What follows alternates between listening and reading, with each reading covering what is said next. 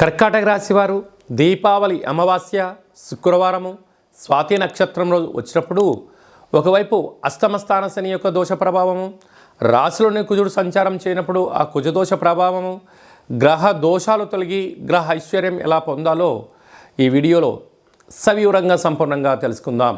కర్కాటక రాశిలో ఏ ఏ నక్షత్రాలు వస్తాయనగా పునర్వసు నక్షత్రంలోని చివరి పాదమైన 4వ పాదము, పుష్యమి నక్షత్రంలోని 4 పాదాలు, ఆశ్లేష నక్షత్రం 4 పాదాలు కలిపితే కర్కాటక రాశి.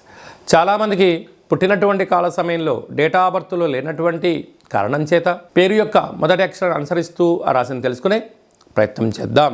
హీ, హూ, హే, హో, డా, డి, డు, డే, డో అక్షరాల వారందరూ కూడా కర్కాటక రాశి జాతకులే. కర్కాటక రాశి యొక్క అధిపతి చంద్రభగవానుడు.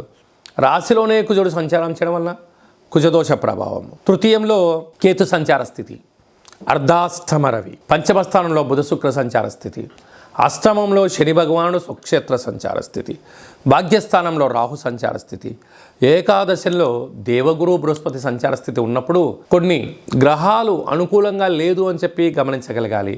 కనుక మీకు అర్ధాష్టమ శని వెళ్ళిపోతూ ఉండగా వచ్చినటువంటి దీపావళి అమావాస్య, అందులో శుక్రవారం, అందులో స్వాతి నక్షత్రం కలిసి ఉండడం వలన వీలైనంత వరకు ఈ కర్కాటక రాశి వారు తెలుపు పట్టు వస్త్రాలు కానీ బంగారు రంగు పట్టు వస్త్రాలు కానీ ధరింప చేసుకొని అమ్మవారికి పసుపు చేత పంచామృతముల చేత రూపాయి బిళ్ళలకు లేకుంటే బంగారు వస్తువులు పెట్టి అభిషేకం చేసుకోవడం వలన ఇంటికి రాజయోగం అవుతుందని చెప్పి గమనించాలి. ఒక గుమ్మడికాయని తీసి పగలగొట్టడం యోగదాయకం అని చెప్పి గమనించాలి. అలాగనే మీ యొక్క జన్మ నక్షత్రం యొక్క ఛాయాచిత్రము, గోమతి చక్రాలు, అలాగనే లక్ష్మీ గవలను పెట్టి పూజ చేసుకోవడం వలన కర్కాటక రాశి వారికి అర్ధాష్టమ రవి, అష్టమ స్థానంలో శని దోషము, రాశిలోనే కుజుడు నీచబడడం వలన దోషం తొలగి ఐశ్వర్యం కర్కాటక రాశి వారు సొంతం అవుతుందని చెప్పి గమనించాలి.